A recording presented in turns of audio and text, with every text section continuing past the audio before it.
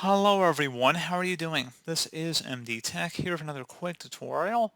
In today's tutorial, I'm going to show you guys how to compare two different versions of a document in Microsoft Word. So if you want to compare two different documents, I'm going to show you guys how to do that. And without further ado, let's go ahead and jump right into it. So this is document 1 here, as you can see by the name of the document up at the top. So we're going to compare it to document 2. So select the Review tab and go over to the right side where it says Compare. Go ahead and select that button. And you can either compare two versions of the document or you can combine. So combine revisions from multiple authors into a single document. So if I go ahead and select Compare here, for example, the original document is document 2 and the revised document is document 1. And you can go ahead and just select OK and select the Yes button if you receive a notice for that.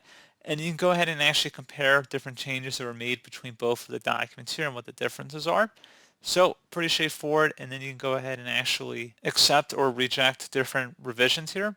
So by accepting it, you're going and modifying the document that you're currently working on. And then once you're done with that, you can actually go ahead and just close the secondary document here. So then you just go back to having one document open.